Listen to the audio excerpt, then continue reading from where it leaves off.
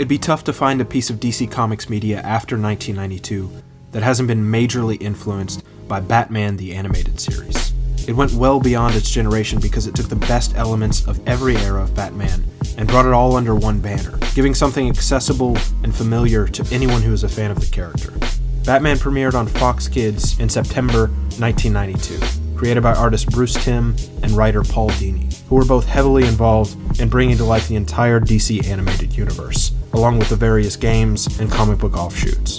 There was a demand within Warner Brothers for a darker, serialized Batman cartoon to capitalize on the success of Burton's Batman film. And since shows like G.I. Joe and Transformers were the standard for action-adventure cartoons at the time, it was a somewhat radical idea to do something more mature in tone, with a darker atmosphere and more sophisticated writing. The animated series was airing at a time where the films were becoming progressively more and more cartoony and over the top, while ironically the cartoon took a grounded, more serious approach to the material. But it didn't just rely on those adult themes. Batman's versatility allows the character to be campy, light, and adventurous, or this dark, vengeful creature of the night. And the animated series struck a healthy balance between both. It covered the full spectrum of potential with that character. It was an amalgam of everything people loved within Batman's history. The camp and fun of the 50s and 60s, the swashbuckling adventures of the 70s, and the gritty maturity of the late 80s. And that's what helped it inform the next 2 decades of Batman stories. It gave everything else a template to follow and a solid foundation to build on. That's why Batman's so consistent as a character. It rooted itself so deeply into the lore that it significantly changed the source material, more than any other adaptation before or any to come after it. It didn't just add to the mythos, it reshaped it, introducing characters like Harley Quinn into the universe, who was conceived as just a throwaway henchman character but garnered popularity through her original design and interesting dynamic with the Joker, and of course, the incredible voice acting by Arlene Sorkin. You're wrong! My foot does let me does! And now, she's one of the most prominent characters in the DC universe. It's also responsible for reinventing former D-list villains like Clayface with Feats of Clay and Mr. Freeze with the Emmy-winning episode Heart of Ice, which to this day is the greatest example of a sympathetic villain done right. This is how I'll always remember you. Surrounded by winter, forever young, forever beautiful. Rest well, my love. The monster who took you from me will soon learn that revenge is a dish best served cold. It explored those hidden shades of gray between the strict good and evil lines of cartoons of that era. It challenged your empathy. You didn't just get to see Batman kick Mr. Freeze's ass.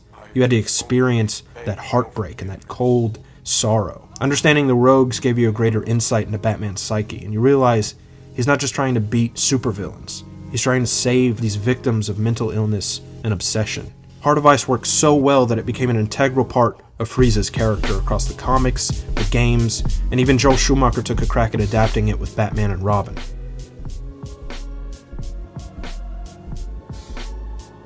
With the Batman films, Batman himself is always the aspect least focused on. He has the best rogues gallery, so it's easy for him to be overshadowed by his villains. They're the main event. They get the best lines, the best scenes. Most of them even get top billing.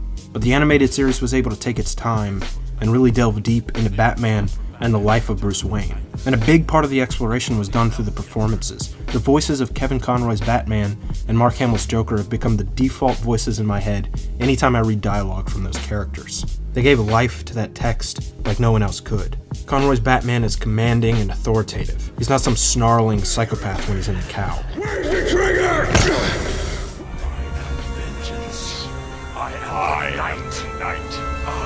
am Batman! And his transition to the more subdued Bruce Wayne voice is subtle and incredibly effective. It's a great way to highlight that dichotomy between Batman and his true mask. He's got to disguise himself somehow, so I thought, I'd come up with this voice that was more mysterious, and it was just another sound that would disguise him. And I thought in order to make that distinct, Bruce Wayne had to have a very different sound. So I just made him a lot lighter, there was a lot of irony in it, a lot of sarcasm in it. I played up the humor a lot in the early episodes. And as his foil, Hamill's Joker was both charismatic and utterly terrifying. He was able to bring that character to a whole new level. That's what I want to see. A nice big smile. They went to great lengths to incorporate that essence of Batman into the visual aesthetic of the show. Knowing how dark everything needed to be, they started on blackboard and airbrushed in the color of the backgrounds. It gave the images these rich, authentic shadows that complemented the themes of the storytelling. Everything seemed to emerge from the darkness. There was very little detail, which lended more to the imagination. It gave Gotham a sense of scale, being this endless blackened void. That minimalism also carried over into the character designs. There was a tendency with the early Filmation cartoons, like the Super Friends, to try and emulate the look of the comics of that era. The anatomy, the articulation of the muscles, which works great for stills, but not so much in limited animation.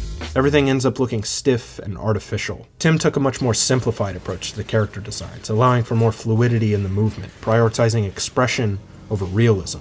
But 2 years after Batman ended its original run on Fox, the style was changed significantly when the show began airing on the WB as the New Batman Adventures. They tried out more streamlined designs for the characters that closely resembled what was being done on the Adventures of Superman show, which was airing simultaneously.